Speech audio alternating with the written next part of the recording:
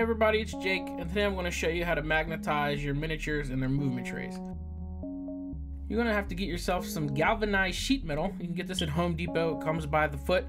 Like literally, you can get 20 feet of this and it should last you for quite a while. You're going to need some magnets. I'm working with 3x2 and later on 5x2 millimeter magnets. You can order them off of eBay by the hundreds for pretty cheap, and they're very strong, as you can see right here. Gonna need some super glue. I have Gorilla Glue on me, but I don't really like this stuff. It gets everywhere. A Sharpie to mark some lines. Last but not least, you're gonna need some tin snips, and these giant monstrous scissors are also available at Home Depot, and they cut through the sheet metal like butter.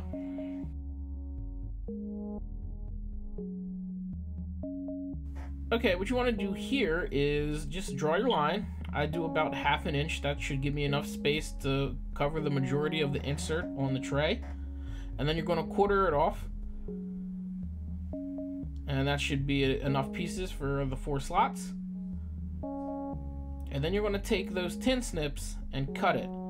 And when you cut with the tin snips, you want to get the complete cut in one go. If you have to do it in 2 cuts, you're going to leave a little tiny sliver of metal, and if you're not careful, you will stab yourself, and it hurts like a bitch. So be careful when you do this, and you won't cut yourself.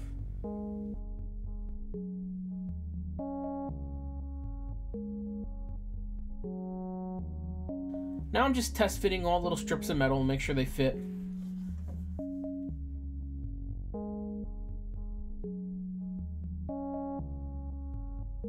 And then I'm going to take a little dollop of glue and put it on the insert.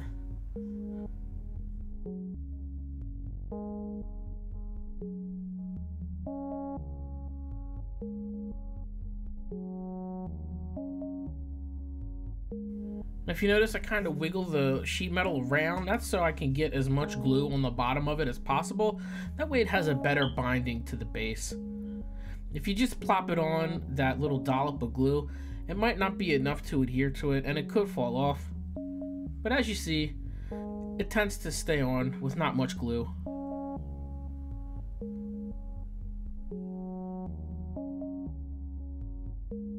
I don't know why I picked that piece up.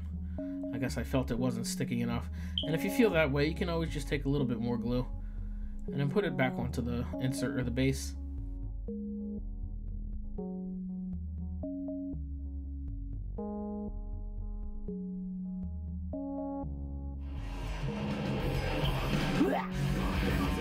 Next, you're going to want to grab a mini, take the smallest dot of super glue and apply it to the base, and then grab a stack of magnets and apply it onto the little dollop of glue.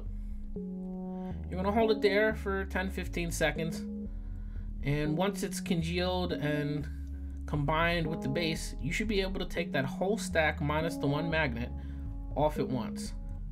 And this is in real time, so you get to see how long it truly takes. Now this is a little bit harder with bigger magnets, and I recommend that if you have a bigger magnet, you just do it one at a time. But with these small magnets, this method is really, really handy.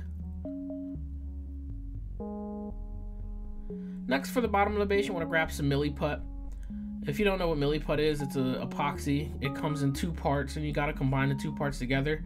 As you can see, 1 part is gray, 1 part's yellow, and you're going to knead it together until it's about 1 color in yellow. See that solid yellow color? That's what you're looking for. And I just took that and cut it in half and applied it to the bottom of the base. Then you take some more super glue, add a little dollop to the top, then you're going to take a magnet and put it on top of that super glue, and you're going to press down into the milliput.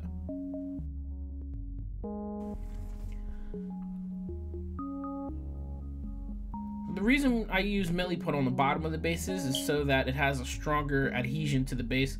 Sometimes the magnets have a tendency to fall off the bases, so milliput is a good way to make sure that doesn't happen. And here's the finished product. And as you can see, it's not falling apart. And if you want to see even more stupidity, I'm going to throw one of the trays into the base. Voila, there you go. And that's how you magnetize your trays and the bases of your minis.